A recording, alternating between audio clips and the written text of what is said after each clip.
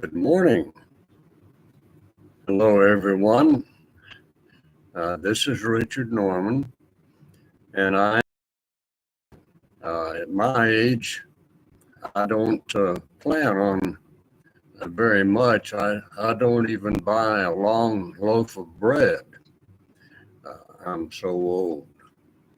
But anyway, I wanted to tell you good morning, and I thought I'd tell you a little story in my life that may be of some interest. I know I've been telling a lot of things.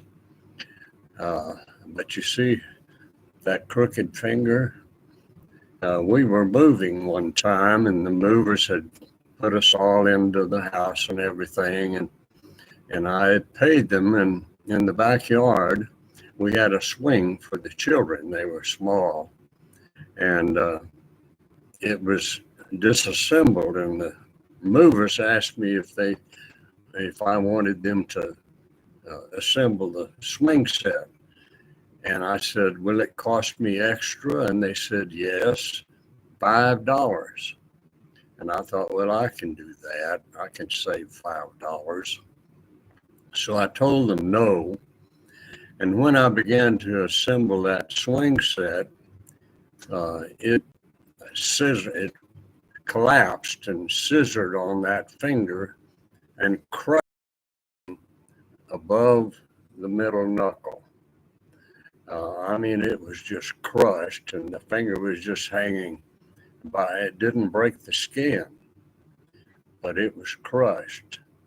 And so my wife hurriedly took me to the hospital, and I stayed there and had surgery on that finger, and they tried to put those bones back together and make it right. And they put a big splint on that hand, and I couldn't use my right hand. And it would be probably a week before they could get that off. And at that time, I was a freelance artist. And I had some work I needed to do for a company called Borg Warner. It was a national company that made kitchen appliances. And I was lucky to have a big account like that. And I had some work, two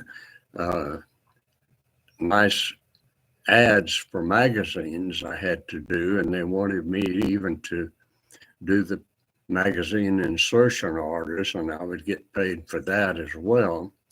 So the money was going to be very good. But there I was, that I woke up the next morning and had that cast on my hand, and I couldn't do a thing.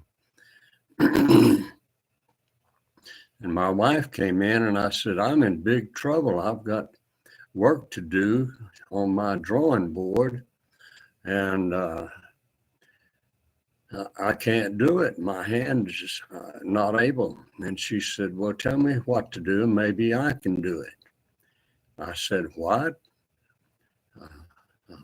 You think you can do this artwork?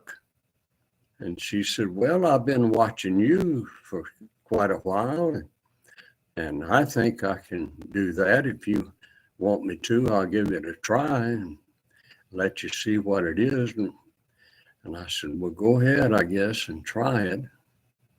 And when she brought it back, she did it that evening, and she brought it back the next morning, and there were two beautiful ads that she had designed and produced.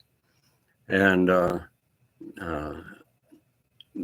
I had no idea that she had any talent at all in art. And it's amazing, you can be married to a woman 15 or more years and be so dumb about their skills and abilities. But I was so surprised that she could do that work. And it was every bit as professional as I could have done. And so she took over my business while I was recuperating and did all of the artwork for me. And from then on, whenever I was overloaded, I brought her into the studio. I had a studio in a high-rise building, and I'd bring her in, and I set her up with her own drawing board and all the utensils she would need, and tabouret and everything that a freelance artist would need back in those days. I think it was around 1960 or so. I'm not sure. But anyway, I had one job come in that required probably 100 or more illustrations. And I started working on those, and I found they were difficult for me to do. And my wife was watching me, and she said, well, let me try. And so she did an illustration, and it was it was better than I could have done. And so I turned that whole job over to her, and she worked, I think,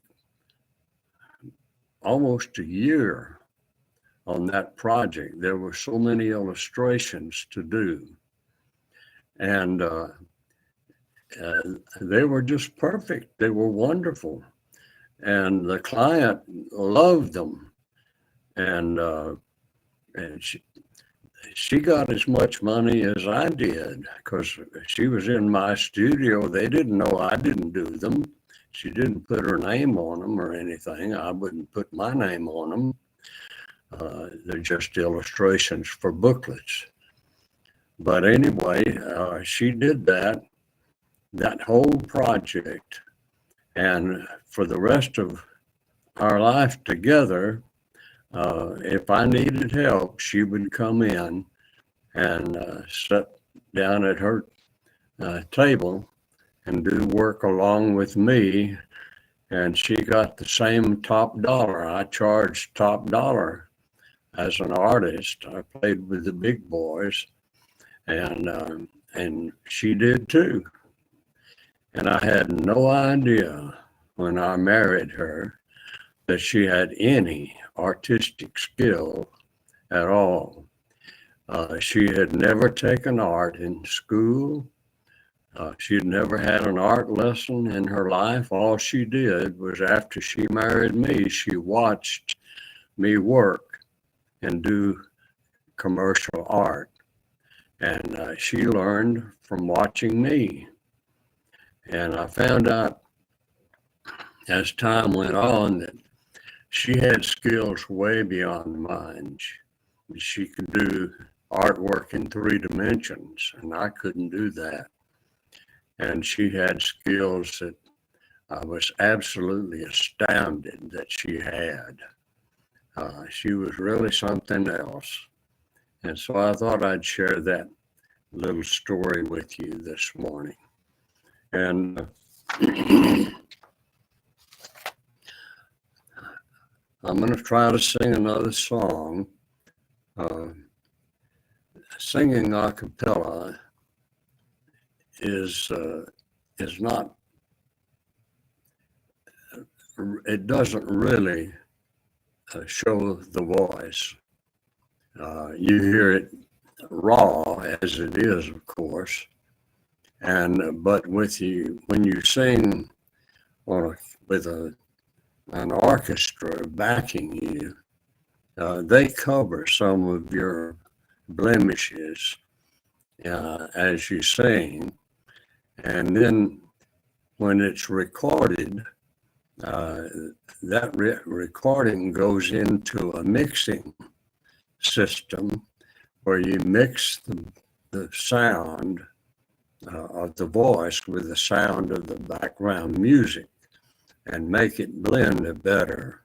And you have all kinds of adjustments in that mix to make it better.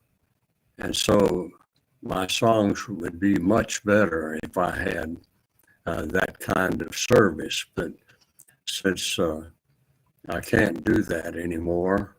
I'm still trying to find a way, and I'm hoping we can get that resolved in the next maybe week or so. Uh, but in any event, I thought I'd try to sing you a song this morning, and I can only do as good as I can do. You have to understand that. Oh, Shenandoah, I long to hear you. Away, you rolling river. Oh, Shenandoah, I long to hear you. Away, I'm bound away across the wide Missouri. Oh, Shenandoah, I love your daughter. Away, you rolling river. I'll take her across the rolling water. Away, I'm bound away across the wide Missouri. Farewell, goodbye, I shall not grieve you. Away, you rolling river. Oh, Shenandoah, I'll not deceive you. Away, we're bound away across the wide Missouri.